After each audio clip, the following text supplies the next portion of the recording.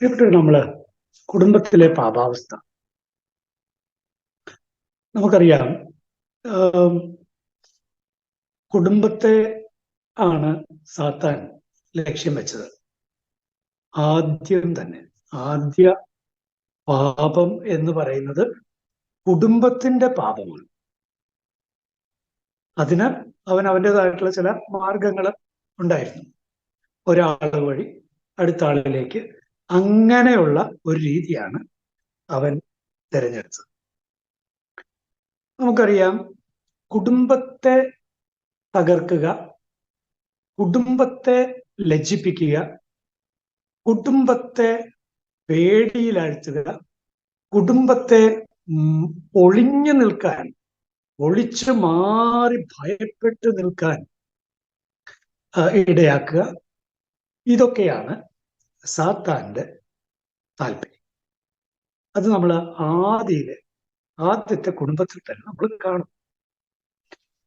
ശ്രദ്ധേയമായ കാര്യം, അവിടെ ദൈവം ചോദിച്ചു മനുഷ്യനോട്, ആദം നീ എവിടെ?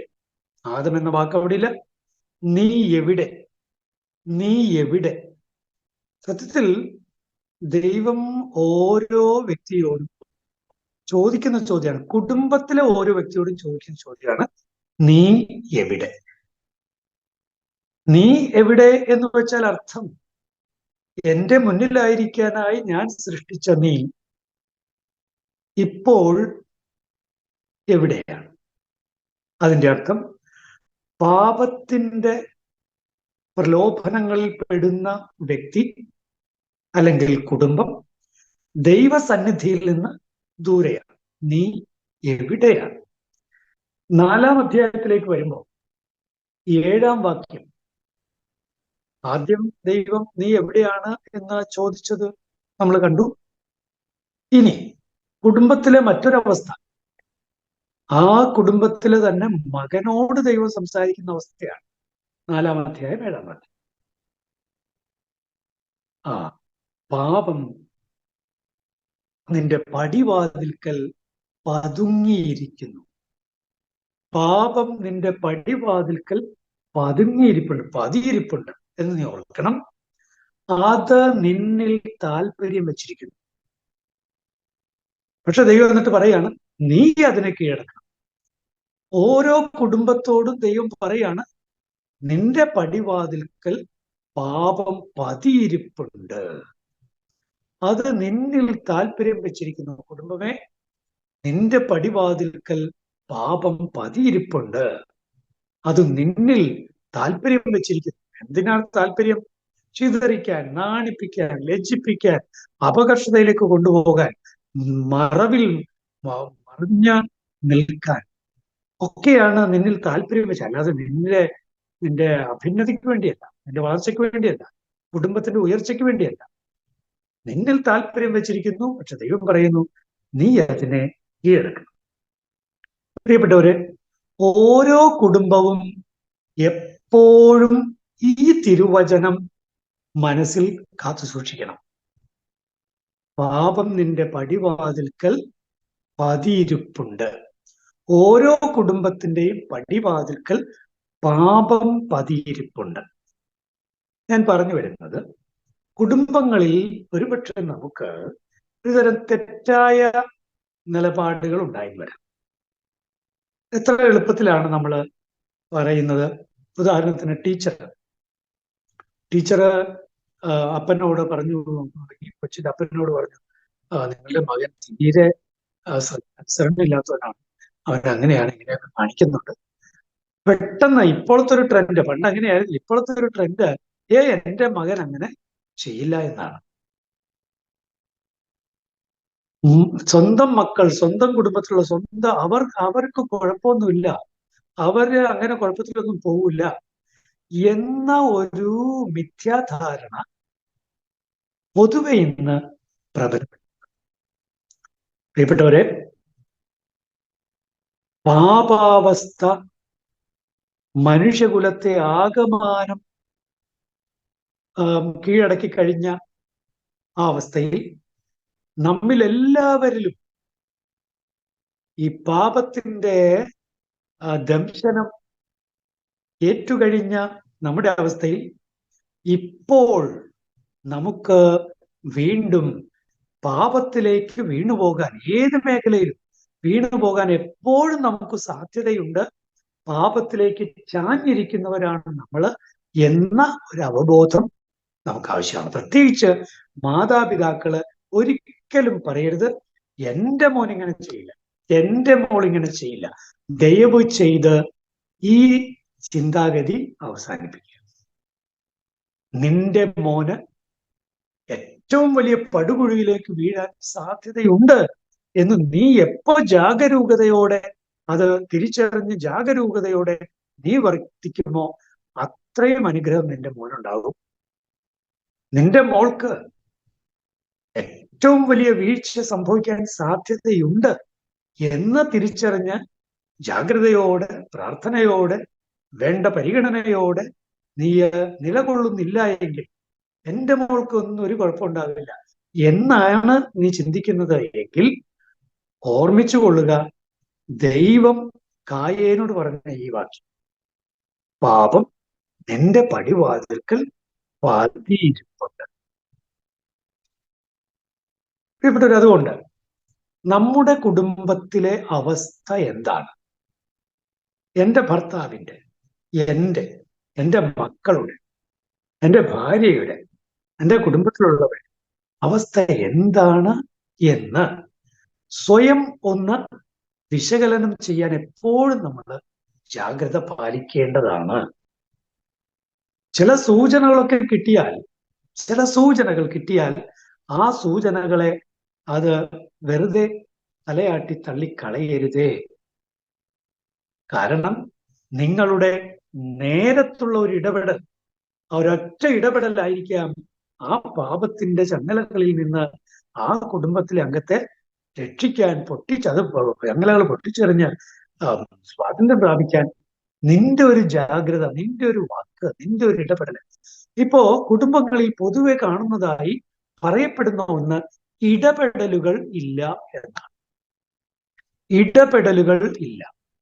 അപ്പൻ അപ്പന്റെ വഴിക്ക്, അമ്മ അമ്മയുടെ വഴിക്ക്, മക്കൾ മക്കളുടെ വഴിക്ക്. എന്തിന്? ഒരു വീട്ടിൽ ടിവിയിൽ ഏതൊക്കെ ചാനൽ കാണാം, ഏതൊക്കെ പ്രോഗ്രാം കാണാം എന്നു പോലും ഒരു നിഷ്കർഷയും നിർബന്ധ ബുദ്ധിയും പുലർത്താത്തൊരു കുടുംബം ഒന്ന് ആലോചിച്ച് നോക്കി. മക്കൾ വന്നിരുന്ന് തോന്നിയതൊക്കെ കാണും.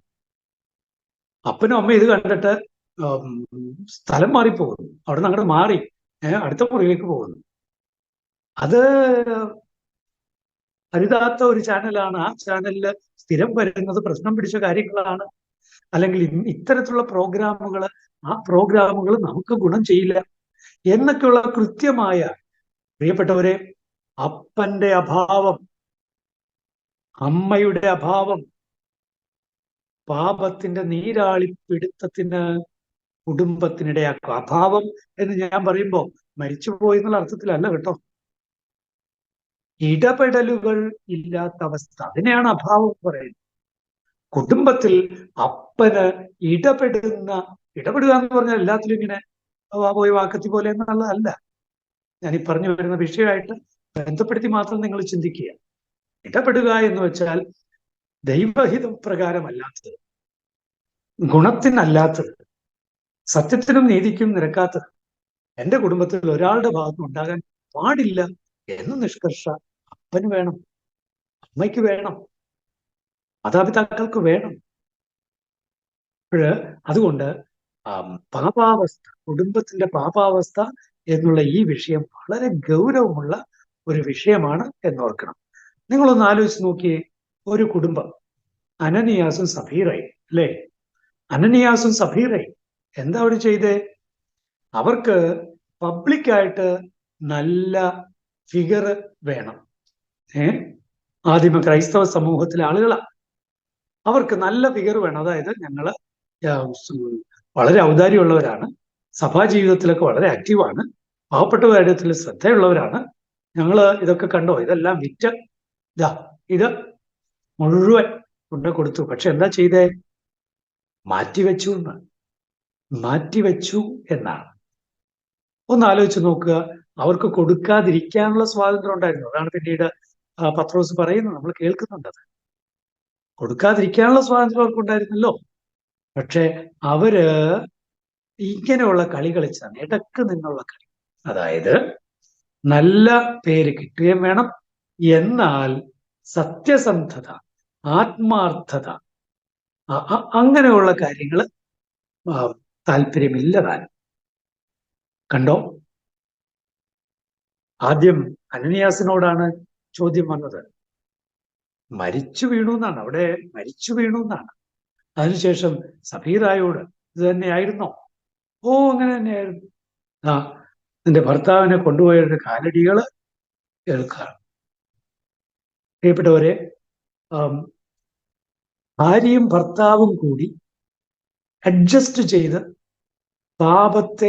പാപമെന്ന പെരുമ്പാമ്പിനെ വളർത്തുന്ന ആ ഒരു ശൈലികൾ, രീതികൾ, അത് ഒഴിവാക്കണം. ഭാര്യയും ഭർത്താവും വിശുദ്ധമായ ജീവിതം, അതിനുവേണ്ടി ഒന്നിച്ച് പരസ്പരം സഹായിച്ചു മുന്നോട്ട് പോകണം. അശുദ്ധിയിൽ പരസ്പരം സഹകരിക്കലല്ല. കുടുംബത്തില് ഭാര്യയും ഭർത്താവും അശുദ്ധിക്ക് തങ്ങളുടെ കണ്ണുകളെ അടിമപ്പെടുത്തുന്നു, അശുദ്ധിയുടെ രീതികൾക്കും മാർഗങ്ങൾക്കും തങ്ങളെ തന്നെ അടിമപ്പെടുത്തുന്നു, അസത്യത്തിന് തങ്ങളെ തന്നെ വിട്ടുകൊടുക്കുന്നു, എന്തെങ്കിലും ഒരു ചെറിയ ഗുണം കിട്ടാൻ വേണ്ടി, നന്മ കിട്ടാൻ വേണ്ടി എന്ത് തിന്മ ചെയ്യാനും ഒരു മടിയുമില്ല. മക്കൾ ഏതൊക്കെ രീതിയിൽ വളർന്നു വന്നാലും ഒരു കുഴപ്പമില്ല, നമുക്ക് തലവേദന ആകാതിരുന്നാൽ മതി എന്നാണ് ചിന്ത. അപ്പോൾ ഇത്തരത്തിൽ കുടുംബത്തിലെ പാപാവസ്ഥയെക്കുറിച്ചുള്ള ഗൗരവമായ ഒരു അവബോധം നമുക്ക് ആവശ്യം. സഖ്യവൂസിന്റെ കാര്യം നമ്മൾ കണ്ടതാണ്. സഖ്യവൂസ് അവസ്ഥ ഒന്ന് ആലോചിച്ച് നോക്കിയേ. തനി പാപത്തിൽ മുങ്ങി കുളിച്ചു നിന്നയാളാണ്. ആ വീട് മുഴുവൻ പാപത്തിൽ മുങ്ങി കുളിച്ചു നിന്നതാണ്. അധർമ്മം കൊണ്ട് മേൽക്കൂര പണിത വീടാണ്. വല്ലവന്റെയും സമ്പത്ത് കൊണ്ട് സ്വന്തം മാളികകൾ പണിത അവസ്ഥയാണത്. പ്രിയപ്പെട്ടവരെ, അങ്ങനെയുള്ള അവസ്ഥകൾ നോക്കൂ, പാപത്തിന്റെ അവസ്ഥ. അത് ചിന്തയിലായാലും കൊള്ളാം, വാക്കിലായാലും കൊള്ളാം, പ്രവൃത്തികളിലായാലും കൊള്ളാം, നിലപാടുകളിലായാലും കൊള്ളാം, തൊഴിൽ മേഖലയിലായാലും കൊള്ളാം, സഭാജീവിതത്തിലായാലും കൊള്ളാം. തിന്മയുടെ വഴികൾ വളരെ വിശാലമാണ്. ആ വിശാല വഴികളിലൂടെ കുടുംബം ചരിക്കരുത്. മറിച്ച് ശക്തമായ നിലപാടുകൾ തീർച്ചയായും കുടുംബത്തിന് ഉണ്ടായിരിക്കണം. പ്രത്യേകിച്ച് എഫേസുകാർക്കുള്ള ഗലാത്യക്കാർക്കുള്ള ലേഖനം 5-ാം അധ്യായത്തില് നമ്മൾ 5:19 മുതൽ നമ്മൾ വായിക്കുന്നുണ്ടല്ലോ. ജഡികമായ കാര്യങ്ങൾ, ശാരീരികതയുടെ അല്ലെങ്കിൽ ജഡികതയുടെ ഫലങ്ങൾ, ആ കാര്യങ്ങളൊക്കെ ഒന്ന് വായിച്ചു നോക്കുക. എൻ്റെ ജീവിതത്തിൽ, എൻ്റെ കുടുംബത്തിൽ ഇങ്ങനെയുള്ള കാര്യങ്ങളുണ്ടോ? ഉണ്ടോ? കുടുംബത്തിലെ പാപാവസ്ഥ കണ്ടെത്താൻ ഗൗരവമായിട്ട് നമ്മൾ ശ്രമിക്കണം. ഒന്ന് ആലോചിച്ച് നോക്കുക. കുടുംബങ്ങളില് വേണ്ട കറക്ഷൻസ് കൃത്യമായി കൃത്യസമയത്ത് കൊടുക്കാത്തത് മൂലമുണ്ടായ ദ്രോഹങ്ങൾ, ദോഷങ്ങൾ. ദാവീദിനെ കുറിച്ചൊന്ന് ആലോചിച്ച് നോക്കി. ദാവീദിന്റെ ഏറ്റവും വലിയ ബലഹീനത മക്കളെ തിരുത്താൻ തയ്യാറായില്ല എന്നുള്ളതാണ്. സ്വന്തം മകൻ സ്വന്തം മകളെ ദുരുപയോഗിച്ച സംഭവം അറിയാമല്ലോ. ദാവീദിന് അത് കേട്ടിട്ട് ദേഷ്യം വന്നു എന്നാണ്. ദേഷ്യം വന്നു. എന്നിട്ട് പക്ഷെ എന്താണ് നടപടി ഉണ്ടായത്? ദേഷ്യം വന്നിട്ട് എന്ത് ഇടപെടലാണ് ഉണ്ടായത്? അവിടെ ഒന്നും കാണുന്നില്ല, ഒന്നും കാണുന്നില്ല. പ്രിയപ്പെട്ടവരെ, അത് പിന്നീട് എങ്ങോട്ടൊക്കെ നീങ്ങിയെന്ന് നിങ്ങൾക്കറിയാമല്ലോ. അബ്സലോം ഇതിന്റെ പേരിൽ തന്റെ സഹോദരിയെ മാനഭംഗപ്പെടുത്തിയ ഒരുത്തൻ, സഹോദരൻ തന്നെയാണ്, വേറെ അമ്മയിലുണ്ടായ സഹോദരൻ എന്നാണ്, അവനെ വധിക്കുന്ന അവസ്ഥ. ഒത്തിരി രാജകുമാരന്മാരെ വധിക്കുന്ന അവസ്ഥ, അബ്സലോം തന്നെ ദാവീദിന് വിരുദ്ധനായി മാറുന്ന അവസ്ഥ, എത്രയോ എത്രയോ എത്രയോ പ്രശ്നങ്ങൾ ആ കുടുംബത്തിലുണ്ടായി. ദാവീദ് എന്ന വ്യക്തി ഇവിടെ കൃത്യമായ സമയത്തുള്ള കാലികമായ ഇടപെടലുകൾ ഇല്ലാതിരുന്നത് മൂലം. ഇങ്ങനെ ബൈബിളിൽ ഒത്തിരി ഫിഗേഴ്സിനെ നമുക്ക് കാണാൻ പറ്റും. ഞങ്ങളെപ്പോലെ ആകല്ലേ എന്ന് പറയുന്ന ഫിഗേഴ്സ്. ഞങ്ങളെപ്പോലെ ആകല്ലേ എന്നാണ്. ശരിയാണ്, അത് വായിക്കുമ്പോൾ നമുക്ക് തോന്നും, അയ്യേ ഇങ്ങനെയുള്ള കാര്യങ്ങളൊക്കെ ബൈബിൾ എഴുതി വെച്ചിരിക്കുന്നു. ഇങ്ങനെയുള്ള കാര്യങ്ങൾ ബൈബിളിൽ എഴുതി വെച്ചിരിക്കുന്നത് എന്തിനു വേണ്ടിയാ? അക്കാര്യങ്ങൾ നമ്മുടെ കുടുംബത്തിൽ നടക്കാതിരിക്കാൻ വേണ്ടിയാണ്. അത് വളരെ ജാഗ്രതയും ശ്രദ്ധയും നമ്മൾ ഈ മേഖലയിൽ പുലർത്തണം. പ്രിയപ്പെട്ടവരെ, കുടുംബത്തിലെ പാപാവസ്ഥയെക്കുറിച്ചുള്ള വളരെ ചുരുങ്ങിയ ചിന്തകളാണ് ഞാൻ നിങ്ങളുമായിട്ട് പങ്കുവച്ചത്. ഗൗരവമായിട്ട് ചിന്തിക്കുക. എൻ്റെ കുടുംബത്തിൽ പാപം പെരുകാൻ, അല്ലെങ്കിൽ പാപം വളർച്ച പ്രാപിക്കാൻ, അല്ലെങ്കിൽ പാപം ശക്തിപ്പെട്ടു വരാൻ ഞാൻ എൻ്റെ ഇൻഡിഫറൻസ്, എൻ്റെ നിസ്സംഗത മൂലം ഇടയാക്കുന്നുണ്ടോ? ഗൗരവമായിട്ട് നമുക്ക് ചിന്തിക്കാം. പാപം നിന്റെ പടിവാതിൽക്കൽ പതിയിരിക്കുന്നു. ആ ഒരു തിരുവചനം വളരെ ശക്തമായി നമ്മുടെ കുടുംബകാര്യത്തിൽ നമുക്ക് നമ്മുടെ മനസ്സിൽ എപ്പോഴും കാത്തു സൂക്ഷിക്കാം. ഈശോ മിശിഹായ്ക്ക് സ്തുതിയായിരിക്കട്ടെ.